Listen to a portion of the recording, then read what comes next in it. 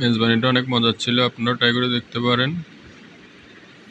Hello guys, আসসালামু আলাইকুম। আমি চলে আসলাম মুরাদপুর মালঞ্চা রেস্টুরেন্টে। এখানে মেজবান পাওয়া যায়। তো আমরা আজকে দুপুরবেলা চলে আসলাম, আমি আর আমার ছোটো ভাই মেজবানি খাওয়ার জন্য এই মালঞ্চা রেস্টুরেন্টে, চাটগাইয়া মালঞ্চা রেস্টুরেন্টে। দেখেন ভিতরে পরিবেশটা অনেক সুন্দর, তবে হোটেলটা তেমন বড় না, মোটামুটি। এটা হচ্ছে আমার ছোটো ভাই। দেখেন রেস্টুরেন্টের ভিতরে এটা, আর আমি একটু বাপ নিয়ে একটু সেলফির মতো করে তুললাম।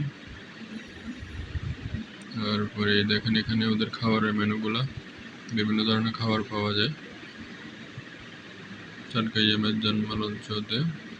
এখানে হচ্ছে ওদের খাবারের আইটেমের প্রাইসগুলা।